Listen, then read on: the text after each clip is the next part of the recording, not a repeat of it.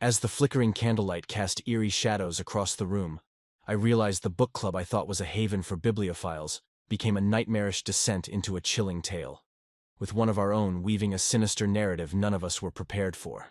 It all began innocently enough, a quaint little book club nestled in the heart of our small town.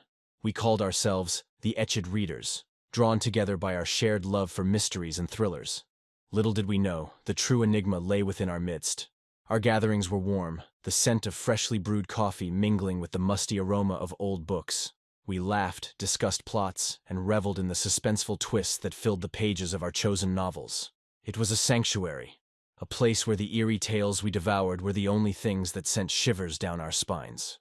One evening, the club introduced a new member, Olivia. With her piercing gaze and cryptic smile, she seemed to embody the mysteries we cherished.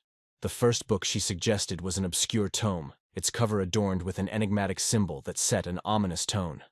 As we delved into the pages, the atmosphere shifted.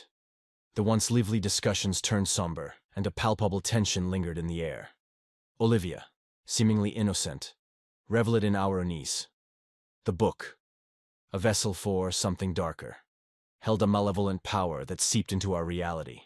Strange occurrences punctuated our meetings, whispers in the shadows, illness falling onto our members, and unexplained drafts. As we progressed through Olivia's chosen books, the boundary between fiction and reality blurred. We became characters in a narrative that none of us had signed up for. As the night wore on, our fear turned to resolve. Convinced that Olivia was the source of the inexplicable horrors, we confronted her in the dimly lit room, the air thick with tension. Her cryptic smile remained, but her eyes betrayed a flicker of uncertainty. In a chorus of accusations, we demanded answers. Olivia's demeanor shifted from amusement to a dark solemnity. She confessed to orchestrating the eerie events, revealing her motives with a chilling calmness. The forbidden books, chosen with malevolent intent, were conduits for an otherworldly force she sought to harness.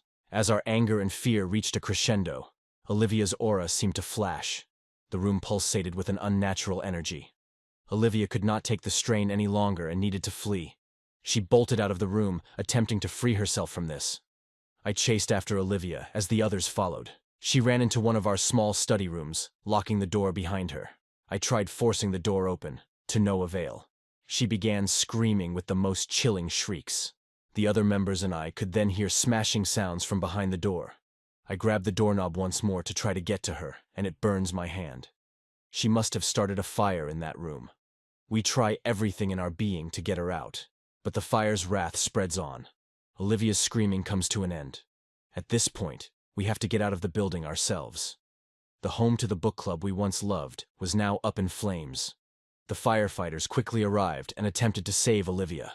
They make it to the study that she had blockaded herself into. Upon breaking into the room, the men are unable to find her. Her body was not present. The only item that still held form was the tome, seemingly untouched by the fire. It is now 8 years later, and I still think about her frequently. Although there never was an explanation for it, her disappearance left a hauntingly cold mark in our memories. All I hope for is that her soul has found peace.